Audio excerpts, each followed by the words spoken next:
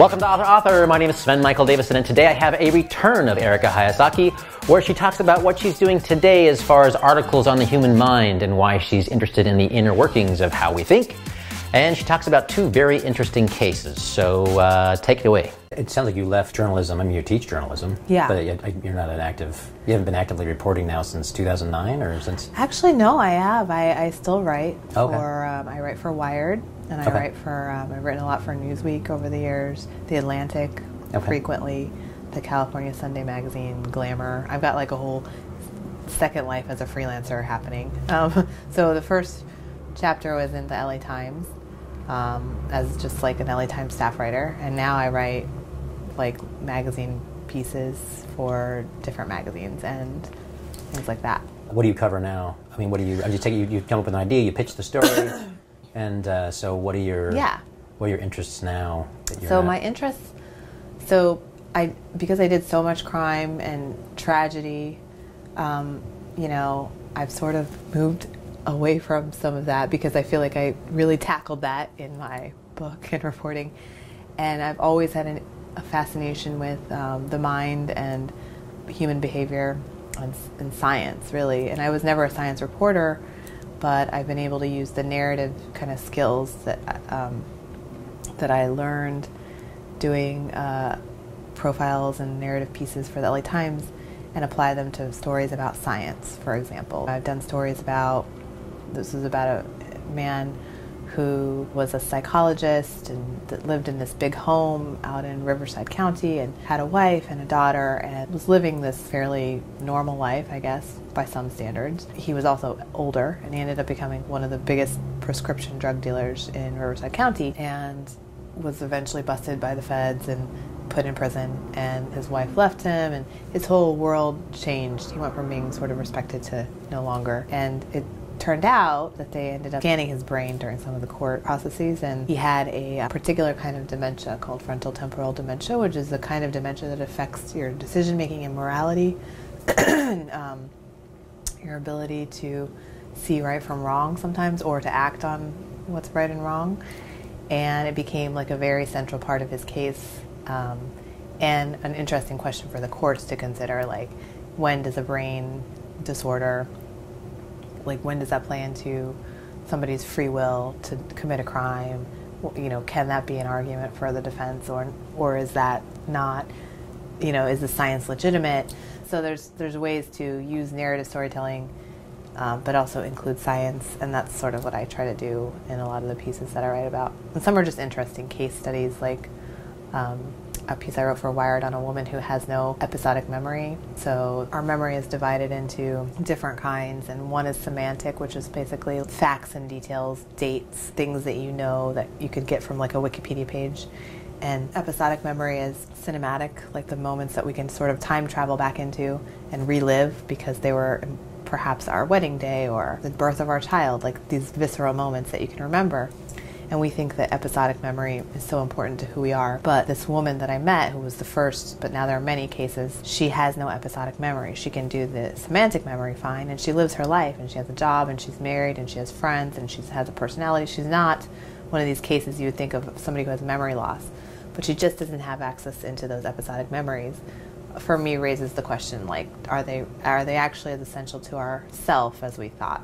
And so I got to hang out with her in Seattle and do a profile on her and explore some of these questions. Does she have sentimental moments? Does she have a photo album? Does she ever look at those things? Or is it, are there emotional definitely ties to that? Definitely has photo albums, yes, and she has emotion, definitely in the moment.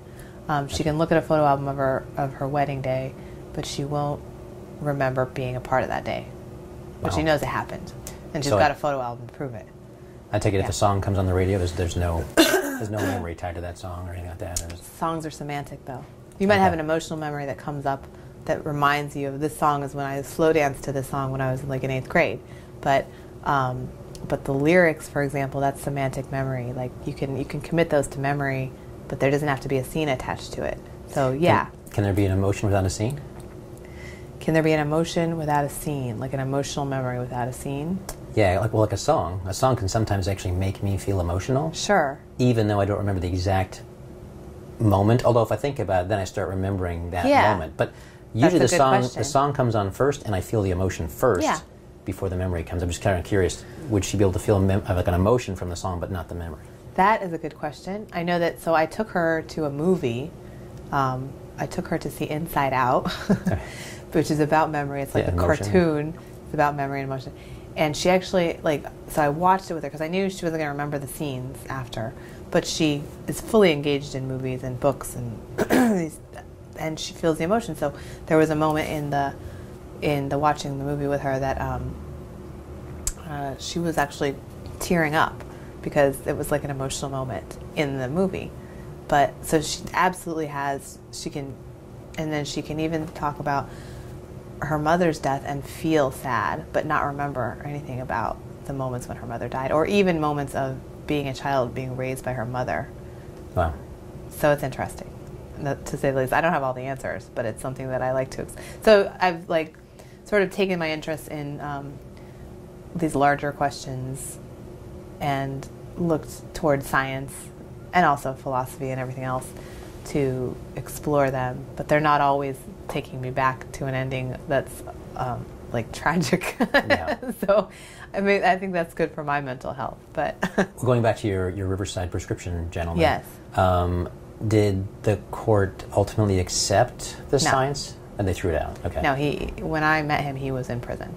Okay. And I think I just didn't know if they may have reduced the sentence. He still is. But it went through an appeals. It made it all the way to the Ninth Circuit. So there was a lot of debate about it. And no. Because it makes me think back to the OJ trial and DNA. And right. DNA was so new that it really didn't matter back then. Now it's everything today. But. Right. And so that story on the gentleman who ended up in prison and who had the frontotemporal dementia, within that story there was one paragraph about a jail system in Colorado, actually, Denver, correctional facility. And some neuropsychologists they decided to study the brains and the psychological profiles of the inmates to understand how many had gone through traumatic brain injuries, which is interesting. So all of the research about traumatic brain injuries and behaviors, perhaps violent behaviors with some, for example, NFL players, and they actually found in their study an incredibly high number. In the initial study, it was 92% had suffered a traumatic brain injury of the people that were incarcerated. And follow-up studies put that number lower, but still over, I think, 60%. And there were actually international studies that had the same kind of results.